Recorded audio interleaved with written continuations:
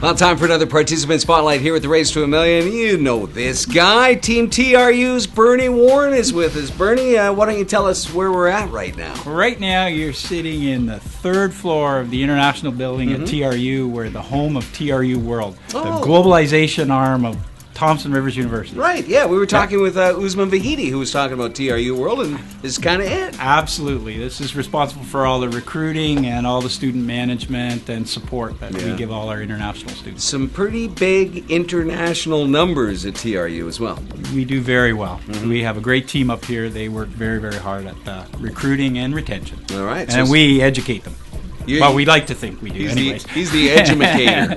Wait, now your official title is faculty, but a lot more than that. What do you do here? Well, I've been here quite a while. I was a bad day in Toronto working on Bay Street and had a fight with my boss and my client, and decided that I got to get a new job, and ended up reading the Globe and Mail, and it said teaching operations management, Thompson Rivers University. I thought, geez, I could do that. So that's why I'm here. And mostly, I teach a lot of the computer-oriented courses in the business degree program. How long ago was that?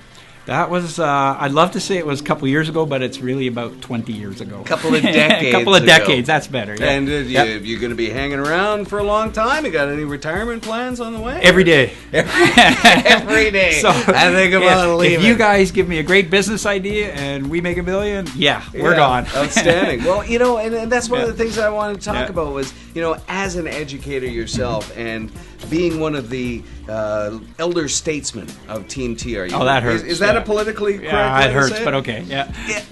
What is your take on this whole thing? From the halls of academia to the main streets of business. How do you see this whole thing coming together for the students? I think the students in today's world are much more aware than we ever were in our world. When we started our world, we were loyal to the company. We just did work for profit. We worked for money. That was what drove us. Now the world is changing now, and now it's all about connections. Yeah. It's all about social connections, which is exactly what the Race to a Million is about. Yeah. It's getting the world to incorporate ideas into business, entrepreneurship. Very few gold watches being handed out for the 25 years. Absolutely. There's not many people that have been around doing the same job for 20 or 30 years. Not like the old days. And from your perspective of the team, do you think this is adding value to them, or is it giving them an opportunity to kind of learn some stuff that perhaps they wouldn't have otherwise? Well, experience is always that thing that makes you, gives you the ability, the lessons come after the fact, after it's all done, and I've always learned by mistakes, so I've made millions and still working on them. All right, good stuff. Well, I know that Team Thompson Rivers University certainly has got a lot of support. People really like the underdog component, and as a lot of the other teams, their business models are starting to take place, and they're starting to accumulate a little bit more money. It's going to give the Team TRU an opportunity to really accelerate some of their stuff. Is there anything real exciting coming up that you can kind of fill us in on? We have a couple things. Like we've done some. I mean, Team Alpha's partnered with us on this photo mosaic, which we're trying to bring out to the general population. We're now, the next step I want to do is approach the Canadian SPCA and do the cats and dogs things on the internet, and then we can link the mosaics, everybody's picture of their cat and their dog, out to say a video clip on YouTube, so people can go in and see, and they can ship out all their cats and dogs. And, cool! And I've got a guy who's going to host it on his website, that'll drive traffic to his website. He's got a commercial pet food and cat litter company in town here, so we're going to leverage that through the SPCA. Well, one of the things that we really wanted to accomplish with this is give people permission to succeed and to pursue opportunities and ideas maybe that they never would have done otherwise, and it sounds like that's a good example. Yeah, and there's been a couple things that came out of this. We have a student who happens to be in a band, and he likes writing jingles. He's going to write some jingles and some music for us, and we're going to kind of tie it all together, and hopefully we can have dancing cats. And I mean, it worked for TELUS. They had dancing hamsters, and they're doing okay. And they're doing okay. So they seem to be in the black. So we're going to do cats and dogs. All right. Because we're the underdog. That's enough of the TRU team. Yeah. It's a participant spotlight after all. Yeah. Let's find out a little bit more about you. Obviously, you've got a very extensive background that's brought you to where you are today. You mentioned Bay Street. Let's go there. What were you doing? Yeah, well, I was one of these guys who kind of changed careers 10 times in my life, and actually started out as a welder was my first career, and then spent 5 years getting a welding certificate, and then decided that, oh geez, I hate welding, and then went into the forestry sector and did that for about 6 or 7 years, and then decided, well, I had enough falling out of airplanes, getting lost in the bush, and then went and ended up working for Ernst & Young in Toronto on Bay Street in the accounting computer consulting group, and then kind of Toronto got a hold of me and kept me there, and you're traveling way too much. You're always on the road, and so we decided to, for a lifestyle change, came to Kamloops. Came for 3 years. That was 20 years ago. And I'm still here. I haven't left. Funny how this area does that. It to does. people, This area is wonderful. There's no better place I find to raise kids here. Yep. Well, let's It's talk perfect. about that. Yep. Married, kids. Yeah, what's the got family 2 makeup? kids, 25 and 24, son and daughter. My daughter just got married in Vegas last weekend. And Elvis didn't even show up. That's all we'll say, because what happens in Vegas stays in Vegas, including, as I understand, your ID and yes, wallet. my wallet even stayed there. I liked it so much. What happened? Did you get jacked, or you just leave it in the room?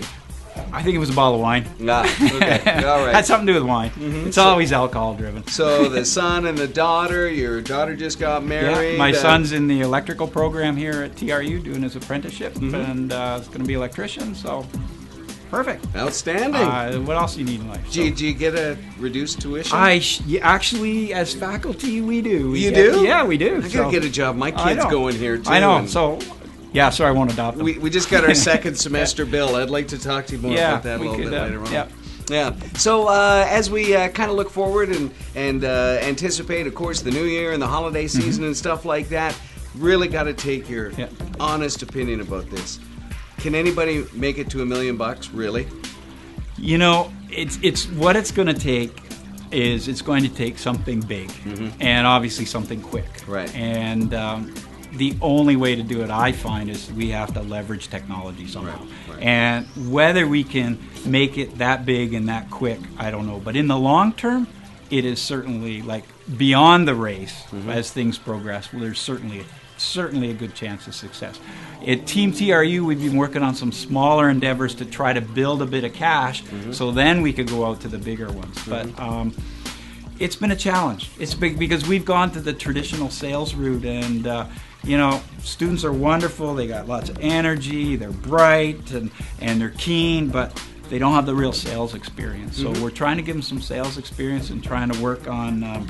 But that's the traditional route. Right. We do have to get into the information technology because that's the only way we can leverage it. Absolutely, and that's how we see it too. Yeah. And our job as producers of the show is to get as many eyeballs on your products as we can, and hopefully get that social media aspect going so that we can get a little bit more provincial, national, international exposure for your causes. And what we really hope from TRU's perspective is that the other college crowds around the world will say, hey, I want those guys to win, and start supporting and chipping in. And it's starting because we just got, I also work with our business students, have we call them, it's in memory of a passed away, deceased faculty member, and it's a business plan competition. Well, runs internationally. If it's in memory, we have to, who is it? It's in memory of Tony Brower. And we ran it last year. It was the world's first international business plan, all done through video conferencing. So we had contestants all over North America, so all over the U.S. and Canada, and they competed in the best business plan. So we had 40 applicants. We narrowed it down to the top 8. They presented using video conferencing technology. First place actually went to a group of TRU students who put a zip line in at Sun Peaks. And they're doing that right now. And second place went to a daycare in New York City, and she's running the daycare. And $10,000 first prize, and we have now, that whole endeavor has been picked up by the Kauffman Foundation out of the U.S., which is the big entrepreneurship.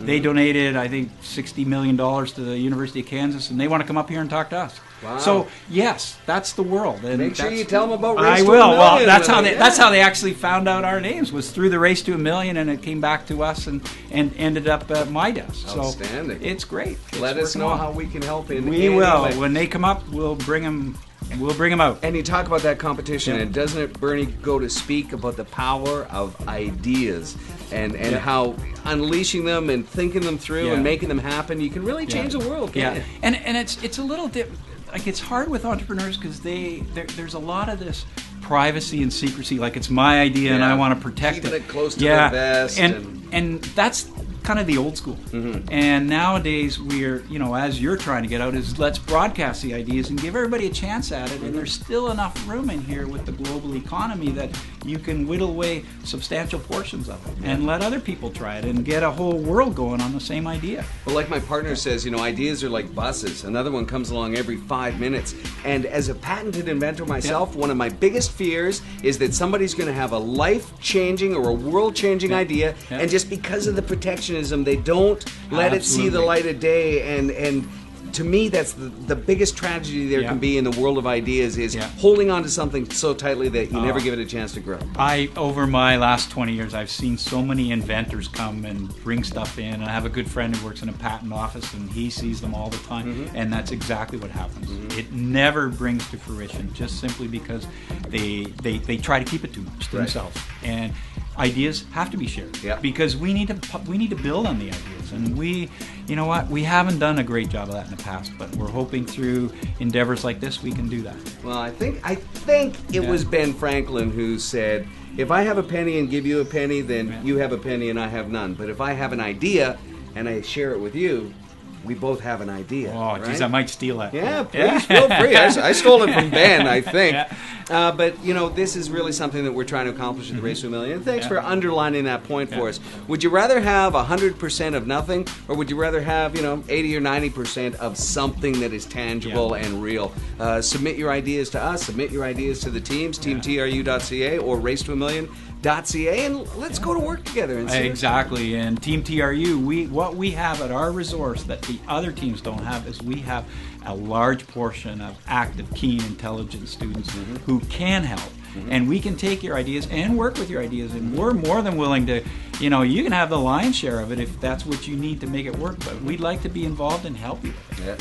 Because our goal is to get our students hired. Absolutely. And if they can research and do all the background work on something like that, they put it on their CV, all of a sudden there's their credibility.